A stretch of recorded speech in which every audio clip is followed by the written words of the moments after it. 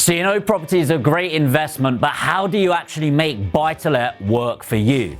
Hi everyone, my name's Jamie York and welcome to my YouTube channel, and in this episode I'm going to be covering buy-to-let basics. But before we get started, if you're interested in finding out more about property investment, business, mindset and growth, then make sure to hit the subscribe button and of course the notification bell to make sure you're seeing each video as it's coming out. And if you can take 2 seconds of your time right now and just hit the like button, and what it does is help me push this content to more people, helping people like yourself. So let's jump in.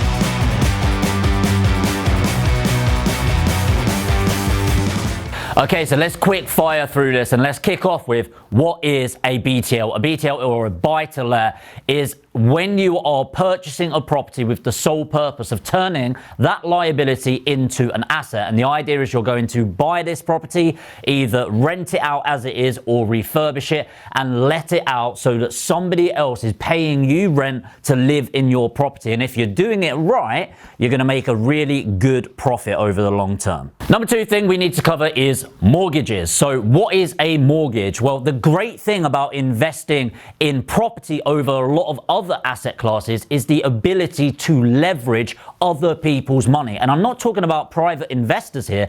I'm talking about debt. Now, this isn't the video for it, but there's a big difference between bad debt and good debt. And a mortgage is considered good debt. You are using a bank's money to facilitate your investment portfolio and growth over the long term. Here's a couple of things that you need to know. First of all, it is typically 75% loan to value. Sometimes you can get 80% loan to value, but I like sticking with 75%. It's a much safer loan to value.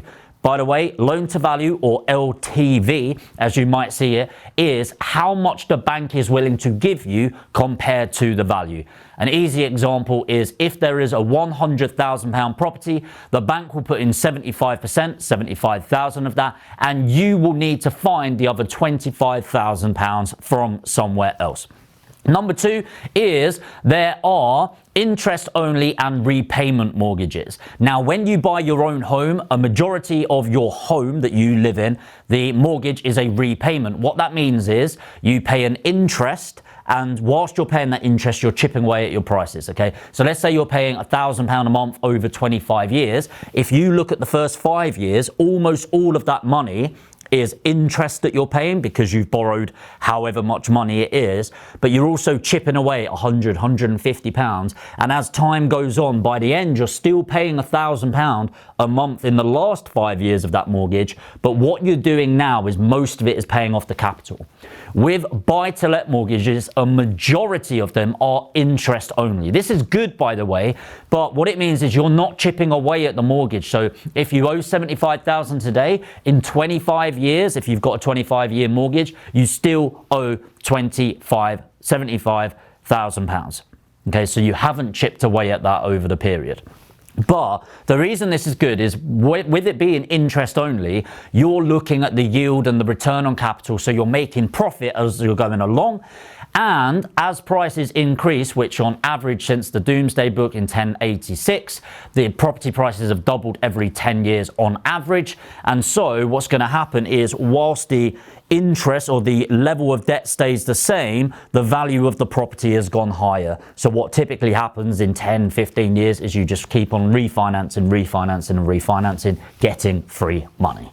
Number 3 that you need to think about is the types of property. So what properties should you invest in? Well, let's just tick them off. Flats. Flats are a great investment. If you're in a central location like London, it's probably the only asset in central London, but there are some things you need to consider. Namely, it is the lease length, how long is left on the lease. If it's anything less than 70 years, you're going to really struggle to get a mortgage. What you want to try for is above 100 years. Typically, they're 125, or you can get what is known as a virtual freehold, where it is virtually a freehold property, i.e. you own the ground underneath it. I'll explain that in a moment in more depth. But leasehold, you are going to have to pay ground rent and service charge, something to look out for. I don't recommend jumping into flats as a beginner investment. Next, you've got detached properties, which is great for flips, but not usually great for buy-to-lets. And then your key demographics that you're going to be looking at for your properties are semi-detached properties and terrace properties that make great homes for individuals. You're going to attract young families that are going to make your house into their home and live in it over the long term. Linking back to leasehold, and I don't want to deep dive into this, I'll do a separate video on it because it is quite complex, but essentially when you buy a property in the UK as a freehold property, what it means is you own the ground underneath it. However, when you buy a leasehold property, typically flats are leaseholds, what it means is there is a freeholder, and a freeholder owns the ground underneath it. So technically you own the property, but you're renting the space from them, if you like, a simple way of thinking about it, and you pay a ground rent for renting that space and a service charge. And the idea is that the freeholder, say it's in a block of flats, will pay for the maintenance of the lift, cleaning the communal areas, etc. The reason that's important to know is if you've got 100 odd years, it doesn't affect the value at all. However, when you get shorter and shorter, 70, 65, 60, the lease, the value of the property dramatically drops, and you need to extend that lease by issuing what is known as a Section 42. And then what happens is you have to pay a significant amount of money to make that happen. Something to factor in.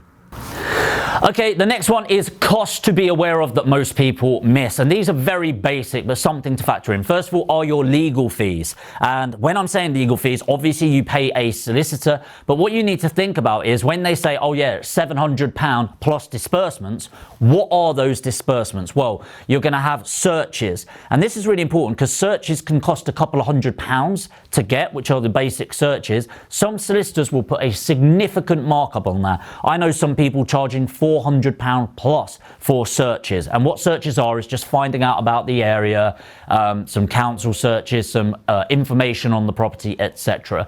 What you're also going to have is other disbursements. So if they need to pay you by backs, telephones, emails, you need to understand a full breakdown of their costs.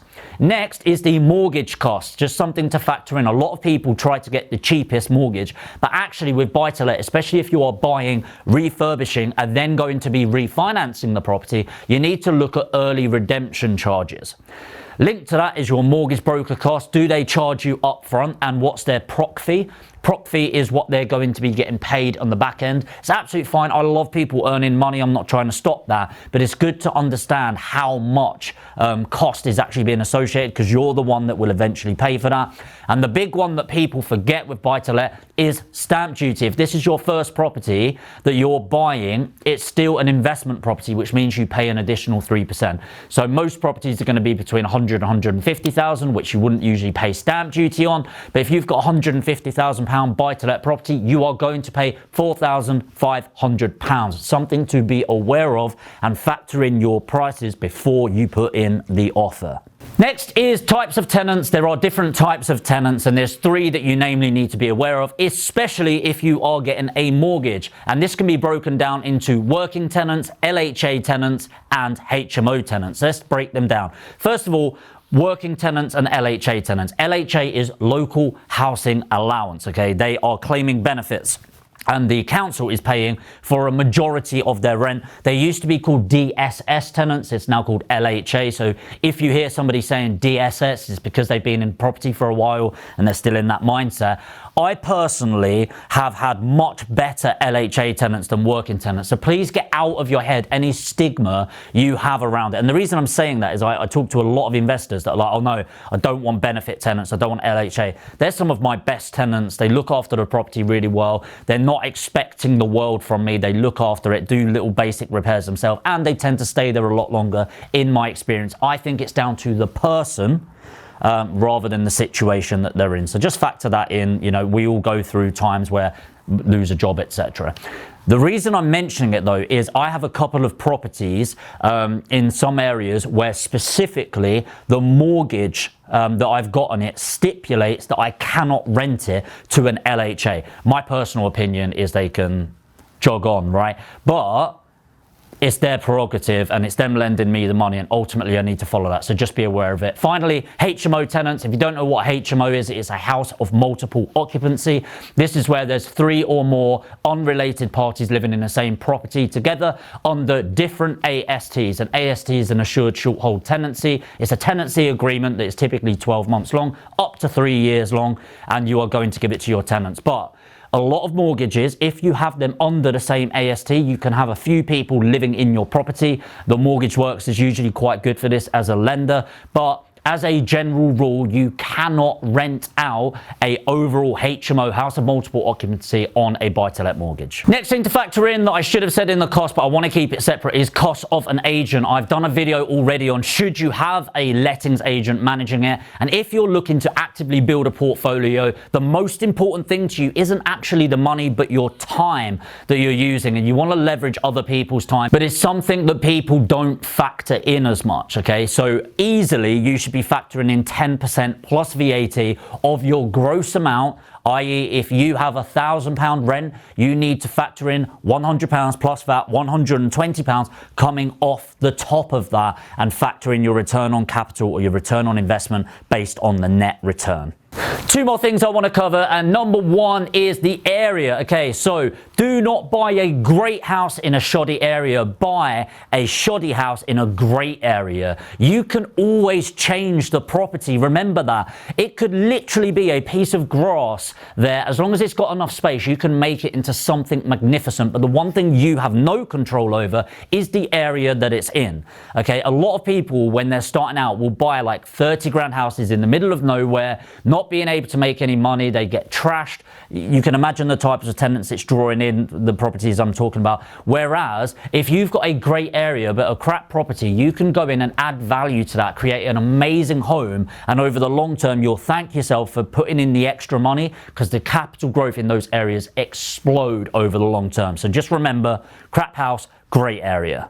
The final point I want to make is looking over the long term. Okay, investment in general is not a 2-second thing. If you've watched any of my videos, you know I'm not into technical trading. I don't believe in quick trades in and out. I believe in the long-term fundamentals of every investment I'm going in, and the get rich slow mentality. And I know that sounds boring for most, but I promise you it will pay over the long term. So when you are making an investment, just bear in mind that property grows significantly over the long term. Now, the last decade has been a really weird one, where we've had the recession, Brexit, what's going on right now in the market. It's absolutely crazy, the decade that we've had. Black swan event over and over and over again. And yet, even in the last decade, there has been over a 40% growth in the market, meaning if you had a £100,000 property on average 10 years ago, you're looking at 140 plus £1,000 property. But what's even more interesting than that is in the last 20 years,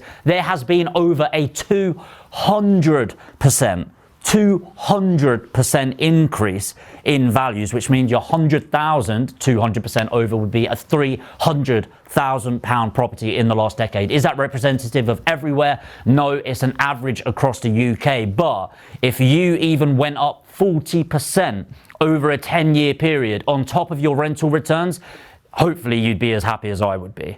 So guys, what I've tried to do in this video is just cover some of the foundations, and I think it's really important, if you haven't purchased your property, your first investment yet, that you watch these sort of videos to get your foundations in place, and now go on to subscribe, hit the notification bell, and watch the more advanced videos. Immerse yourself in this content, take it all on so you can become a successful property investor, stop working hard for your money and start making your money work hard for you. If you've got value from this, I'd really appreciate if you just take 2 seconds before you jump off this video, hit that like button and let me know what you thought in the comments, and I'll see you in the next video.